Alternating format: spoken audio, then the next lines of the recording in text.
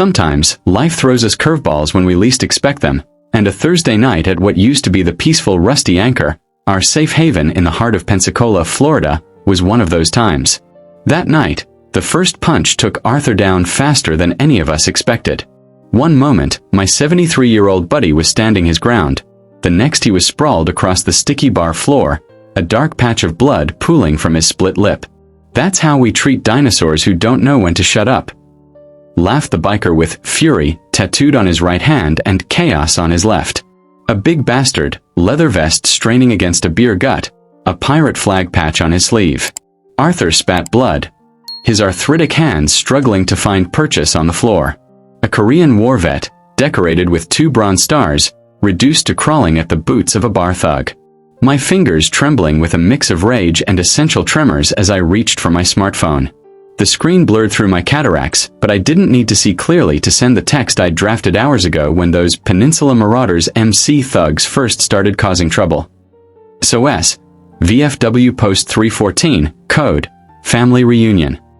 The response came almost immediately, with the punctuality only true veterans understand.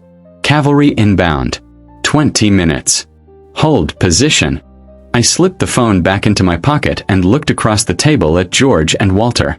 Our silent consensus was crystal clear. 20 minutes was a lifetime in a bar fight, but we'd faced worse odds in the jungles of Vietnam.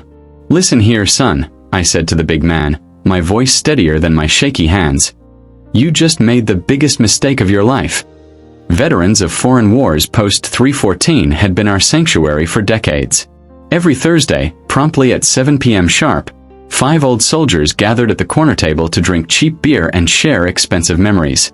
Me, Arthur, George, Walter, and Samuel. What remained of a once larger circle, whittled down by time and illness. We weren't the only vets who used the place. Scattered around the bar were men and women from more recent conflicts. Gulf, Iraq, Afghanistan. But Thursday nights belonged to us, the last of the Vietnam generation in our town. Tonight had started like any other. Arthur complaining about his new heart medication. George showing off pictures of his newest great-grandchild. Walter nursing a single beer to make it last the evening. Fixed incomes didn't stretch to second rounds anymore. Samuel hadn't shown for the 3rd week in a row. Hospice care had a strict schedule, and visiting hours ended at 5 p.m. The Peninsula Marauders MC arrived around 8 p.m. Half a dozen men in leather cuts displaying their club patches. Clearly not local, just passing through, looking for entertainment in a town with limited nightlife options. They'd been loud but tolerable, until they noticed Arthur's Vietnam veteran cap. "Hey, Pops!" The leader, who they called Heavy Hand, called across the room. "Your hat says Vietnam. Are you one of them baby killers or just a cook who scraped from the latrines?" The bar went quiet. Arthur, who'd survived 2 tours and came home with shrapnel still embedded in his back, turned slowly in his seat. "Son, I'd suggest you enjoy your drink and leave the past where it belongs." "Sounds like a coward to me," Heavy Hand smirked to his buddies. "Real warriors don't mind talking about their kills." I put a restraining hand on Arthur's arm. His blood pressure was already a medical concern, and a confrontation wouldn't help. "Let it go," I murmured. "Not worth it." But Heavy Hand wasn't finished. He sauntered over, beer in hand, towering over our table. "You boys look like you're past your expiration date. Why don't you clear out, let real men use this table?" George, the diplomat of our group, tried next. "Plenty of tables available, friend. We'll be done soon enough." "I'm not your friend, old man," Heavy Hand growled, then deliberately poured beer over George's photographs. "Oops. Guess your little brat's pictures got wet."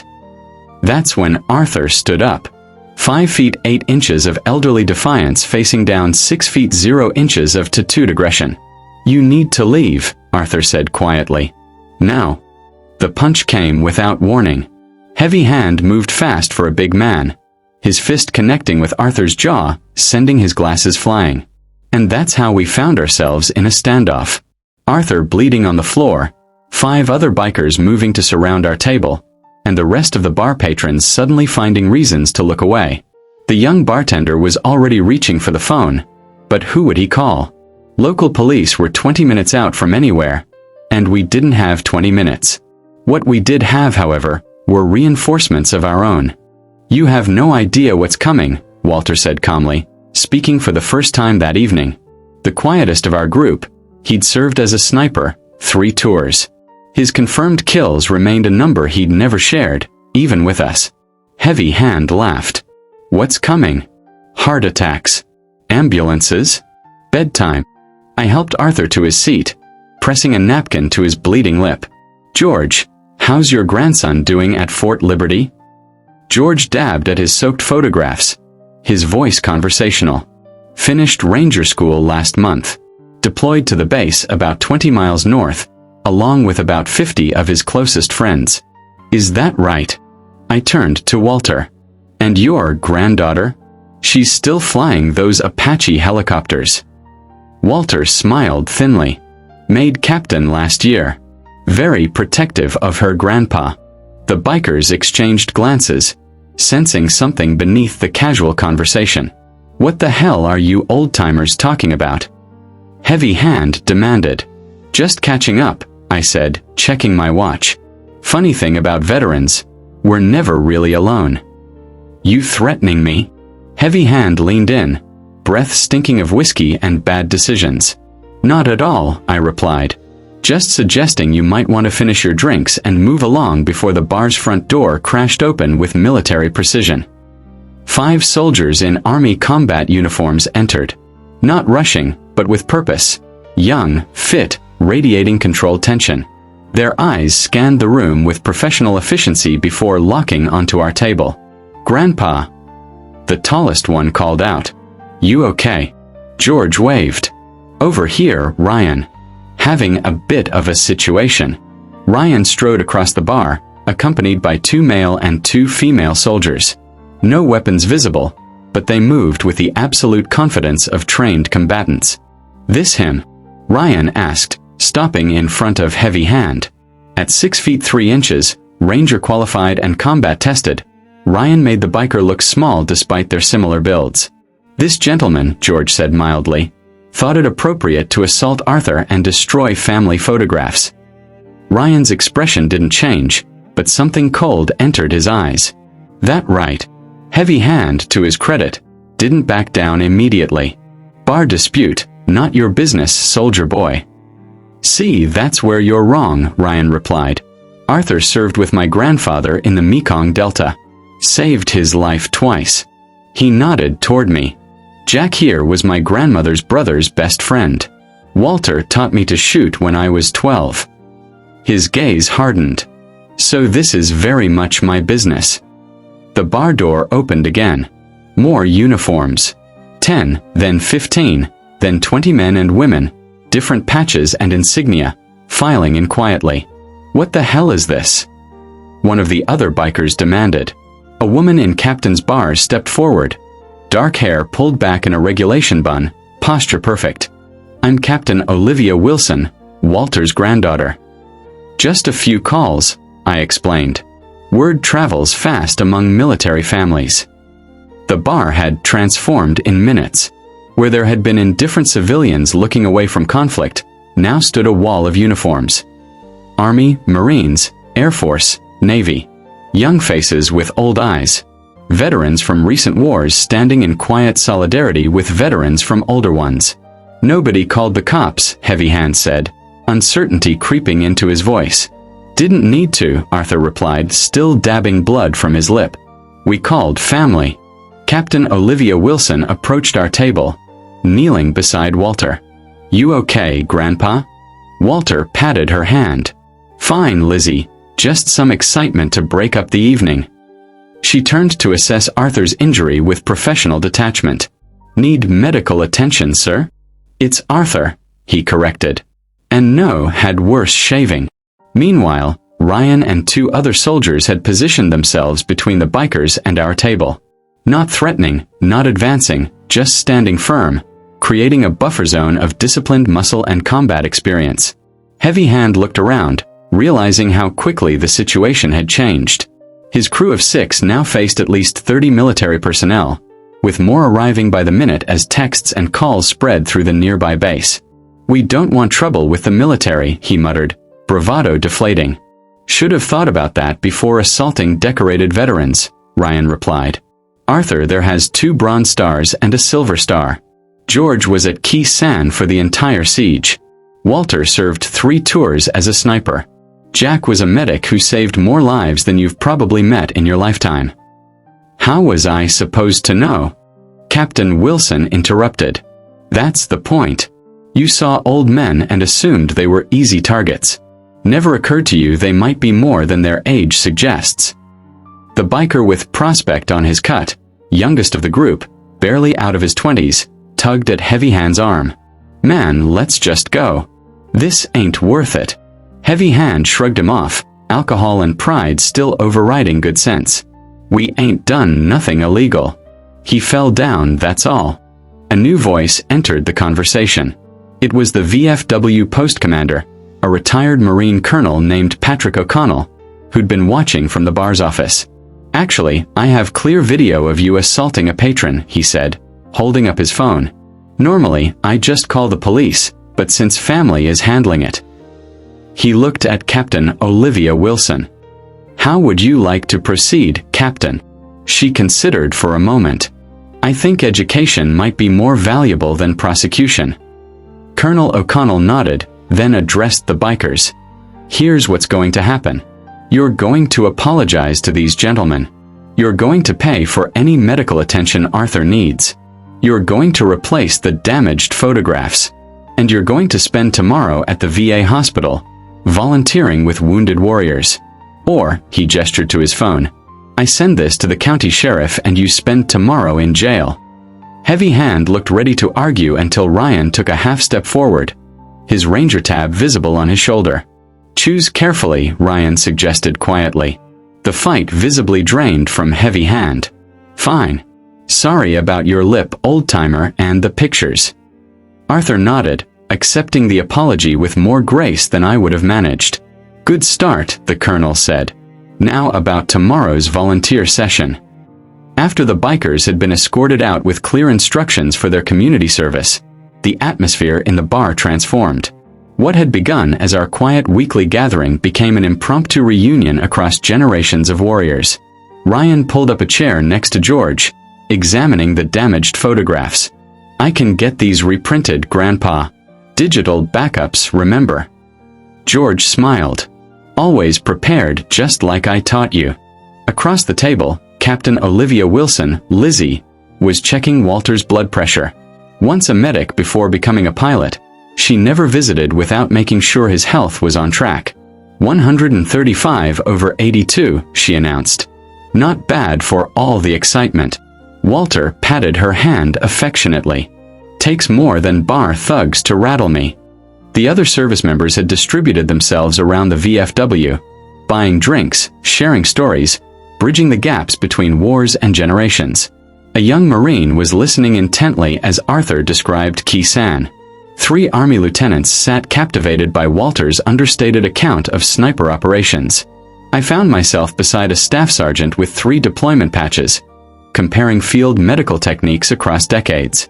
"Tourniquets are back in," he explained. "Full circle from your day. Some lessons get relearned the hard way." "I agreed," I said. Colonel O'Connell pulled up a chair at our table. "Jack, been meaning to ask. You coming to the school's program next month? Need Vietnam vets to talk to the high school kids." "Still trying to recruit the next generation?" I teased. "Still trying to help them understand sacrifice and service," he corrected. "These kids think history started with 9/11. They need to hear from your generation while they still can." His words hung in the air, the unspoken reality of our dwindling numbers. Arthur broke the momentary silence. "I'll do it. About time I shared some stories." "Me too," George added. Walter simply nodded his agreement. I looked around at the unlikely gathering. Gray-haired veterans from conflicts long faded from public memory sitting alongside young warriors still actively serving. The continuity struck me powerfully. How the thread of service connected us across decades and battlefields. "Count me in," I told Colonel O'Connell. "Might as well make ourselves useful while we're still vertical." Ryan laughed. Grandpa says you'll outlive us all, out of pure stubbornness. Your grandpa knows me too well, I retorted. The night grew late, younger service members gradually departed, returning to base or homes, each stopping to shake hands or exchange words with us before leaving. The atmosphere of crisis had evolved into something like a family reunion. Arthur, lips swollen but spirit intact, raised his beer to absent friends. Samuel sends his regards, I told the group. Hospice says he's comfortable. Might try to arrange a visit if he's up to it next week. George nodded solemnly. We should go. All of us. The weight of Samuel's situation settled around the table, our circle growing smaller, the inevitable march of time that no amount of battlefield courage could halt. Captain Olivia Wilson, Lizzie, returned from seeing off the last of her soldiers. She stood behind Walter's chair, hands resting protectively on her grandfather's shoulders. Need a ride home, Grandpa? Walter shook his head. Ryan's taking all of us. Monthly tradition. He drives us here, makes sure we get home safe. She bent to kiss his cheek. Good. I'll stop by tomorrow with those medications we talked about. Then, to all of us. Gentlemen, it's been an honor. Try to stay out of bar fights for at least a week, please. After she left, we sat in comfortable silence, finishing our drinks. Quite a cavalry response, Arthur mused, touching his swollen lip. Think we overreacted. Proportional response, Walter countered. They had 6, we had 30. Still good tactics. Superior numbers, strategic positioning, clear chain of command, George added. I thought about how quickly our text messages had mobilized what amounted to a small military operation. Young service members dropping whatever they were doing to rush to the aid of old veterans they might not even know personally. It's more than just family, I said. It's the bond. Ryan returned from walking Lizzie to her car, ready to head out. Old-timers, past your bedtime. Arthur stood, wincing slightly. Watch it, youngster. We can still take you. After what I saw tonight, I believe it, Ryan laughed. Then, more seriously, those bikers are lucky you called us instead of handling it yourselves. Walter snorted. We would have one at your age. Ryan raised an eyebrow. Age just means we have less to lose, Walter replied, his sniper's eyes momentarily cold, and more experience hiding bodies. Ryan's laugh faltered slightly, unsure if his grandfather's friend was joking. George gathered his damp photographs. Don't tease the boy, Walter.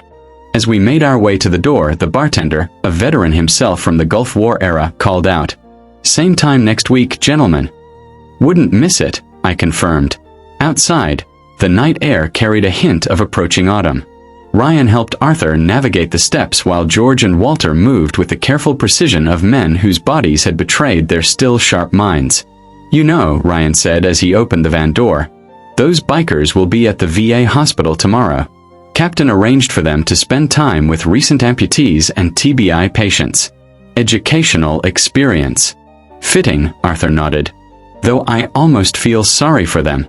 The bikers. Ryan asked. No, Arthur grinned, despite his split lip. The wounded warriors who have to put up with those idiots. We laughed as Ryan helped us into the van. Old soldiers being cared for by the generation we'd once protected. The cycle of service and respect continuing despite a civilian world that often failed to understand either. Next Thursday would find us at the same table, drinking the same cheap beer, sharing the same precious memories. But something had shifted tonight. A reminder that though our bodies had weakened, the brotherhood remained strong. We had fought our wars decades ago in jungles and rice paddies far from home, but tonight's small battle on familiar ground had reaffirmed what we'd always known. Old warriors never truly retire, and they never fight alone. That incident at the Rusty Anchor was more than a bar fight. It was a demonstration of the profound bond that unites veterans, a bond that transcends ranks, wars, and generations. The speed with which the code family reunion spread, mobilizing dozens of young service members, showed the strength of the brotherhood formed on battlefields that remains alive throughout life. I remember watching those young soldiers, Marines, and pilots mingling with the older veterans.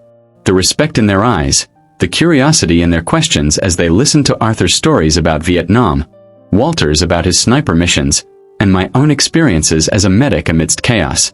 It wasn't just a duty. It was a genuine connection, a mutual recognition of shared sacrifices and experiences. It was as if the walls of the Rusty Anchor had expanded to embrace not just our group of friends, but an entire family tree of service. The conversation I had with the staff sergeant, the one with the multiple deployment patches, remained etched in my memory. We talked about tourniquets, about how field medical techniques had evolved and, in a way, returned to their origins. Some lessons get relearned the hard way, he had said, and I agreed. History, even the medical history of a battlefield, has its cycles, and the wisdom of elders often proves timeless. That dialogue between a Vietnam veteran and an Afghanistan veteran underscored a fundamental truth. Experience, especially in combat, creates a universal language that few outside of it can truly understand.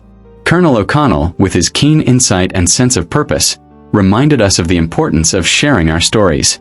His insistence that we participate in the school program, talking to teenagers about sacrifice and service, resonated deeply. These kids think history started with 9/11, he had said. They need to hear from your generation while they still can. It was a subtle yet poignant reminder of our mortality, our gradual dwindling. But it was also an invitation to ensure that the legacy, the moral of all we lived through, would not be forgotten. Arthur, despite his swollen lip, was the first to agree. It's about time I shared some stories, he said. George and Walter nodded, their expressions serious but with a twinkle in their eyes that showed conviction. For us veterans, it's not just about reliving the past, but about forging the future, passing the torch of service and understanding to the next generations. After all, history is more than just dates and events. It's about the lives that shaped them and the lessons they left behind. That moment at the Rusty Anchor wasn't just about defending our friends, but about reaffirming the importance of our history and our continuing role. Autumn deepened in Florida, but the warmth of that reunion at the Rusty Anchor still reverberated in our hearts. That night, the bar brawl became a powerful allegory for our existence as veterans. No matter how distant the wars may seem in the rearview mirror, the fighting spirit, loyalty, and readiness to protect our own remain unshaken. Arthur, George, Walter, and I are living proof of this. The bikers' visit to the VA hospital, arranged by the astute Captain Wilson, was the icing on the cake. I almost feel sorry for them, Arthur quipped, and the laughter that followed filled the quiet interior of Ryan's van. Yes, we'd feel sorry for the wounded warriors who had to put up with those bullies. It was the kind of dark yet truthful humor that only those who have seen hell truly understand. That Thursday had begun like so many others, a sacred ritual of friendship and memories. But it ended as a profound reaffirmation of something greater. The brotherhood that binds us. We, old warriors, never truly retire. Our battles may have been fought in distant jungles or dusty deserts decades ago, but the commitment to service and to each other never ceases. And so, as Ryan drove us home, a comfortable silence fell over us. We were already imagining next Thursday, at the same table, with the same cheap beer and the same precious memories. Because for us, the fighting may be over, but the vigil never ends. And one thing is for sure, veterans never fight alone. If this story of veteran brotherhood, respect, and courage touched your heart, click the subscribe button below and join our community for more inspiring stories like this one. Your subscription helps us continue sharing these powerful narratives of service and unity.